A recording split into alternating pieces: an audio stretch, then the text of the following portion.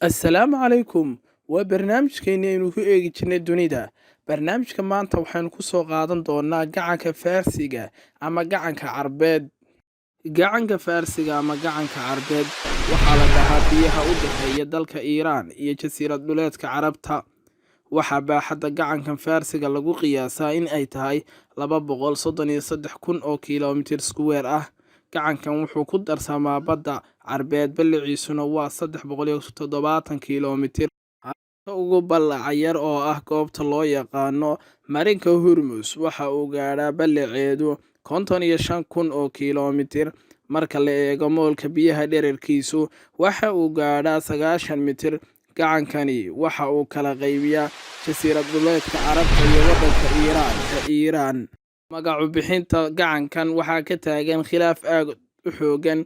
dowladaha Carbeed oo dhammi waxay u isticmaalaan amaba u adeegsadaan magaca gacanka Carbeed. sidoo kale jamciyadda quruumaha ka dhaxaysa waxay u adeegsataa magaca gacanka Carbeed, laakiin Iiraan waxaa looga yaqaanaa gacanka Faarsiga iyadoo loogu magac daray dhulka Faarsiga ah oo ah magacii duqa ahaa ee ay lahayd Iiraan. xilligii ay talinaysay dowladda Cusmaaniyiintu waxay ugu yeedhi jireen gacanka Basra, ugu magac daray magaalada Basra ee waddanka Ciraaq.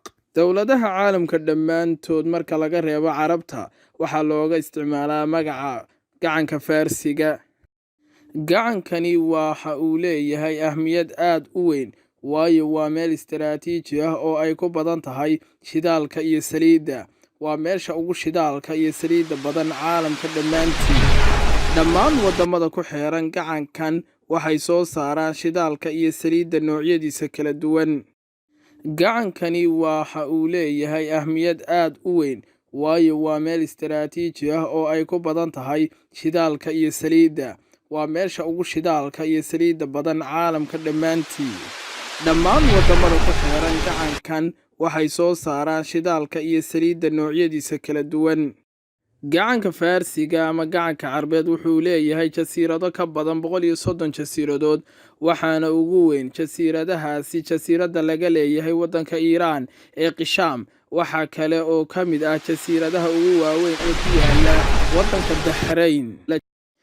gacankani wuxuu ka dhexeeyaa 8 dowladood oo kala ah Iiraan, Sacuudi Carabiya, Kuwait, Ciraaq, Baxrayn, Qatar, Cumaan iyo Imaaraadka Carabta.